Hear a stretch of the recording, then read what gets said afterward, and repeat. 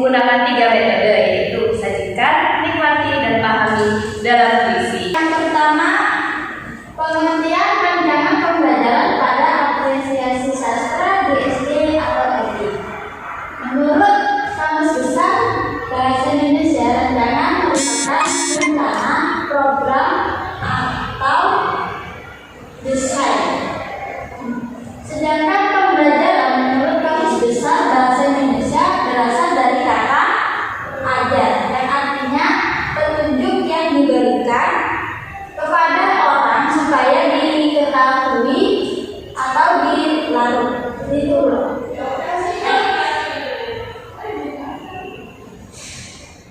Yang kedua, komponen rancangan pembelajaran. Yang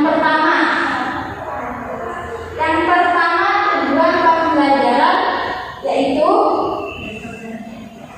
yaitu pembelajaran yang menjelaskan ingin dicapai di mana dalam pembelajaran sastra, seperti meningkatkan pemahaman pada siswa. Yang kedua yaitu materi pembelajaran. Materi pembelajaran menunjukkan jenis karya sastra yang akan diajarkan. Contohnya seperti karya sastra yang relevan. Yang ketiga yaitu metode pada pembelajaran, di mana menjelaskan pendekatan yang menggunakan dalam pembelajaran seperti ceramah, diskusi kelompok, membaca bersama, dan lain-lain. Yang ketiga yaitu kegiatan pada pembelajaran. Yang keempat, di mana merinci rencana kegiatan yang akan dilakukan dalam proses pembelajaran, termasuk tugas pada siswa. Yang kelima yaitu penilaian. Pada penilaian menyediakan instrumen penilaian untuk mengukur pencapaian tujuan pembelajaran. Yang keenam yaitu sumber belajar, yaitu terdiri atas menyebutkan buku teks, referensi, sumber daya lain. Yang terakhir yaitu penyesuaian, di mana menyebutkan perhitungan berbagai tingkat kemampuan pada siswa.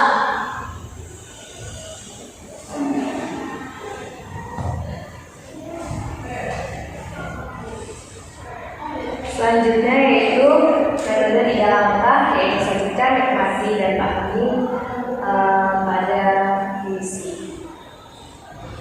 Sebelumnya, metode 3 langkah ini merupakan suatu pendekatan yang digunakan untuk membantu siswa memahami dan mengapresiasi puisi dengan lebih mendalam. Nah, metode ini digunakan dalam pembelajaran apresiasi sastra, termasuk dalam pemahaman puisi.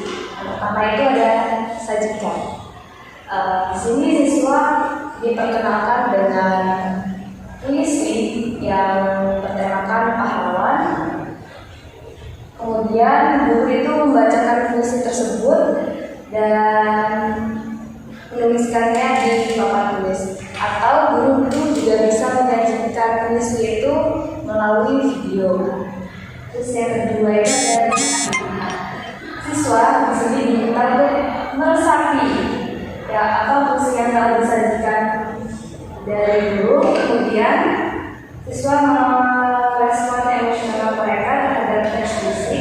Setelah membaca, mereka dapat menjelaskan pesan perasaan mereka. Jadi setelah puisi ditulis sama guru dan juga ditayangkan melalui video, itu siswa itu dan diharapkan bisa meresapi dari fiksi tersebut. Terus yang ketiga itu ada pahami. Di sini itu siswa diajar untuk menganalisis unsur puisi seperti metafora, gaya bahasa, tema, dan pesan yang disampaikan oleh penulis. Jadi pahami di sini itu siswa memahami isi teks puisi termasuk gaya bahasanya, terus metafora, dan yang lain-lain.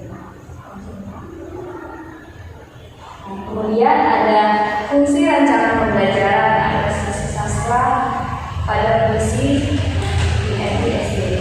Yang pertama itu fungsi dalam sajikan, yaitu fungsinya memperkenalkan karya sastra. Fungsi ini membantu siswa untuk mendapatkan gambaran tentang apa yang mereka baca sehingga mereka dapat memahami konteks dan pengertian tentang puisi tersebut. Jadi memperkenalkan karya sastra di sini tuh maksudnya kita sebagai guru itu memperkenalkan karya sastra puisi yang mendapatkan misalnya pahlawan. Terus yang kedua itu ada nikmati. Di sini tuh menikmati apresiasi terhadap sastra. Jadi memiliki fungsi untuk memungkinkan siswa untuk menikmati dan merasakan keindahan puisi yang telah disajikan. Jadi dari puisi yang telah disajikan oleh guru itu siswa diharapkan mampu menikmati puisi tersebut, memahami maknanya juga. Terus yang ketiga itu ada pahami, yaitu meningkatkan pemahaman sastra. Jadi fungsi pemahaman sastra di sini itu untuk membantu siswa untuk menggali dan pemahaman yang lebih dalam tentang puisi. Jadi tidak cuma dinikmati, tapi siswa diharapkan juga mampu memahami apa itu isi dari puisi tersebut. Nah, untuk fungsi selain di luar dari pembahasan tiga metode tadi, di sini juga ada fungsi yaitu pengembangan keterampilan bahasa. Jadi membantu meningkatkan keterampilan berbahasa mereka secara keseluruhan. Mereka akan belajar menggunakan bahasa dengan lebih baik dalam merespon, menganalisis, dan mengekspresikan pemahaman mereka tentang puisi. Jadi diharapkan dalam pembelajaran puisi ini siswa dapat menjadi puisi. Terus yang terakhir itu adalah membangun imajinasi dan kreativitas. Jadi fungsi puisi di sini itu juga dapat membantu siswa itu memiliki imajinasi dan juga kreativitas.